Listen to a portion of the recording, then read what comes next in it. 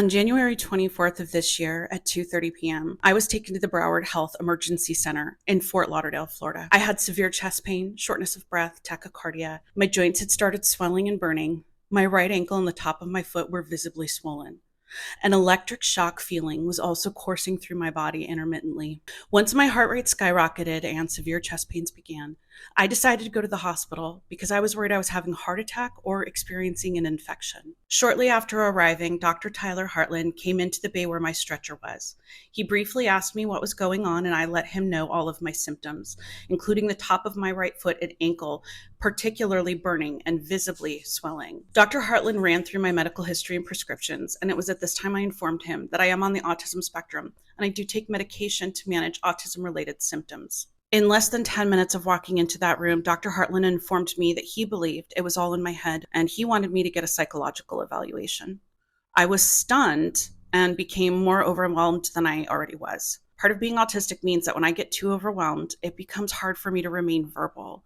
My brain becomes like a traffic jam, and it gets too jammed up to make words come out. In some instances, like this one, I may cry out of frustration for not being able to get the words out that I know are important to get out. I wanted to tell Dr. Haertlein that if he would just look at my foot, he would see it wasn't in my head, but I couldn't get the words out. So tears started coming out of my eyes in frustration. In response to seeing my tears, Dr. Haertlein doubled down and told me that crying and my increasing heart rate were a, quote, disproportionate response to ankle pain, and again reiterated that I needed a psychological evaluation. He said he suspected it was a, quote, mind-body issue that was causing me to, quote, overreact.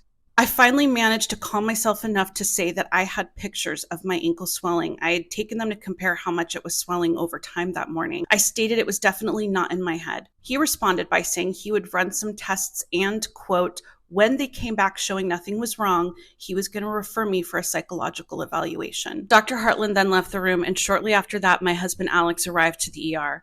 I told Alex what happened, and I told him I wanted to leave because the doctor wasn't taking me seriously. Alex got the attention of a nurse at the nurse's station. I don't remember his name. He was a male with red hair. The nurse told us to wait while he tracked down Dr. Haertlein to talk to us again.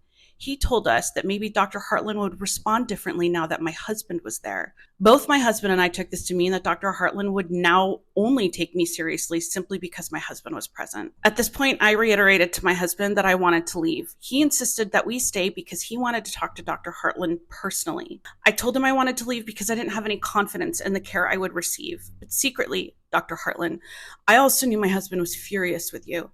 And I didn't want him to make you think your lucky stars that you were already in an emergency room. As much as I love how protective my husband is and that he's always willing to stand up for me, this one, Dr. Haertlein, is between you and me. I signed out of the hospital against medical orders and left. I was able to see a doctor who verified that my heart rate was elevated and irregular, my joints were swollen, and my muscles were in spasm. She ran a bunch of blood tests where she determined that my hormone levels were extremely low. The final diagnosis is simply, as a 45-year-old woman, I'm in perimenopause. She explained to me that perimenopause symptoms very commonly mimic those of a heart attack. After being put on a simple combination of estrogen and progesterone, all of my symptoms started clearing up within a week. Perimenopause is obviously not an emergency, especially if you know what's happening. But if you don't know what's happening, the sudden elevated and irregular heart rate, the chest pain, the joint swelling, the body shocks are terrifying. And I'm not a doctor. I didn't know what was happening, and I was concerned it was a heart attack or a serious infection. My expectation when seeking out a doctor was to have them assess the situation and rule out anything serious. While I know I wouldn't have been diagnosed with perimenopause in the ER, I would expect the doctor to simply tell me, good news, it's not a heart attack. These are some potential things it could be. I recommend following up with your regular doctor. Instead, what I was met with was a doctor who told me it was all in my head and recommended a psych evaluation before even doing diagnostic work. I met with a doctor who refused to look at physical symptoms that were right in front of his face. I was met with a doctor who was so grossly undereducated in interacting with autistic people that he took my silence and tears as further evidence that he was right. I was overreacting. It was all in my head. And throughout that entire interaction, from Dr. Haertlin's premature proclamation that I simply needed a psych evaluation, to the nurse informing my husband and me that Dr. Haertlin might take me more seriously now that my husband was present, was an unspoken but deafening undertone. And while I was in denial of its presence in the start, it was blatantly obvious by the end. I was receiving this incompetent treatment because I'm a woman. I'm a woman, therefore my symptoms, even the plainly visible ones, are all in my head. I'm a woman, so my silence and tears of frustration aren't due to my autistic brain. They were obviously because I can't control my emotions. I'm a woman. Once my husband is present, that validates my symptoms. This entire experience has me extremely concerned about the treatment and care that women and people with autism receive while they are under the care of Dr. Haertlin and Broward Health.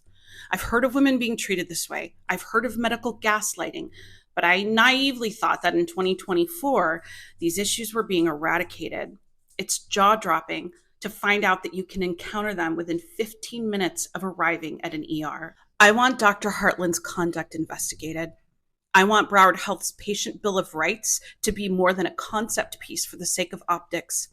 I want your medical care staff to be better trained on understanding autistic people, because a giant blind spot in the entire medical community is the inconvenient truth that autistic children grow up to become autistic adults. And finally, I want Dr. Haertlin and Broward Health to recognize that it's 2024, not 1824, telling me that my very real symptoms were a, quote, mind-body connection, were Dr. Haertlin's updated ways of diagnosing me with female hysteria. It was condescending, it was incorrect, and it was bad medicine. What I do for a living, Dr. Haertlin, is marketing. One of the areas I specialize in is medical marketing, specifically online reputation management for doctors. While I have no interest in ruining your career, I do want to make sure that no one else experiences the treatment that I did while under your care. To that end, I will make sure that starting now, whenever a patient is researching you online, they know that when they meet you, they need to ask important questions to ensure that you've evolved to be a better doctor and a better human being before entrusting you with their lives. Thank you.